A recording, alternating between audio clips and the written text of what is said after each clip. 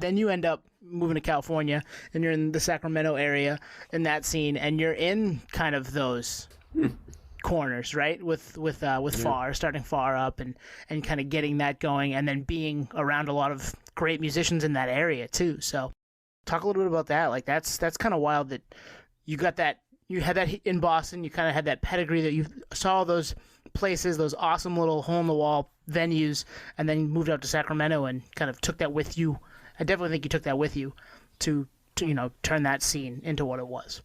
That's interesting. That's some cool dot connecting, actually. And I've never quite thought of it like that, but I feel also immensely lucky to have begun my attempt to make music for a living or whatever in another kind of scruffy little community that was kind of blowing up. I mean, Deftones and Cake came out of that scene, like two incredibly different bands that have, gone on to do some really sell a fucking bunch of records and play some big ass shows and be kind of a lasting cultural force in different ways. And yeah, all I know about Sacto is that all my friends were in bigger cities and stuff, and our shows were the best. Like, they'd come and play with us, and they'd be like, where the fuck are all these kids coming from? And it was just a really perfect combo of, there were some real music-loving promoters and some music-loving infrastructure in the town, and there were a couple all-ages clubs that were in between the burbs and downtown that weren't too scenish and were just kind of like, whoever wants to come, like, let's do this. And yeah, it had the spirit, and it was perfect for me because I was a total misfit in every way. I was sort of this singer-songwriter who really wanted to play in a rock band, but not like a normal rock band, and I didn't mind being a front person, but I knew I was not a traditional, male rock front person.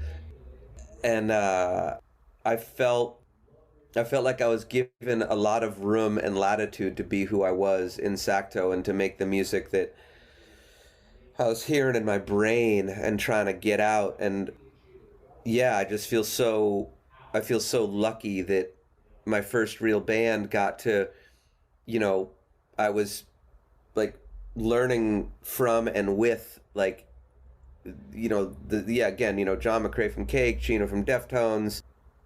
Those in some ways, I almost think, like, if you mash up certain elements of Cake, and actually the real influence on me for Sacto and kind of my big brother and someone I can't say enough about is Kevin Seconds, who Nice. of course was is the singer for a wonderful band called 7 Seconds. I think they just finished up a bunch of dates. And Kevin's presence in the middle of it all, for me in particular, was important because he was this legend already, and yet he was the coolest of anybody out there.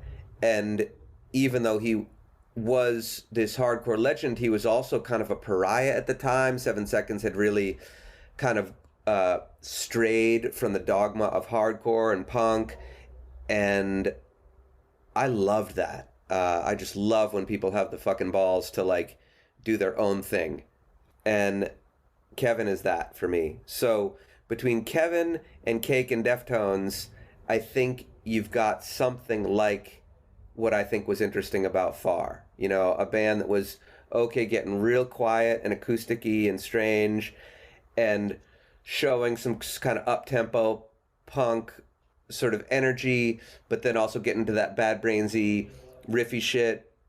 And it was it was just a cool little stew to be growing up in. There were no limitations, and everyone was in agreement on just make sure you mean it and do what you do. Yeah.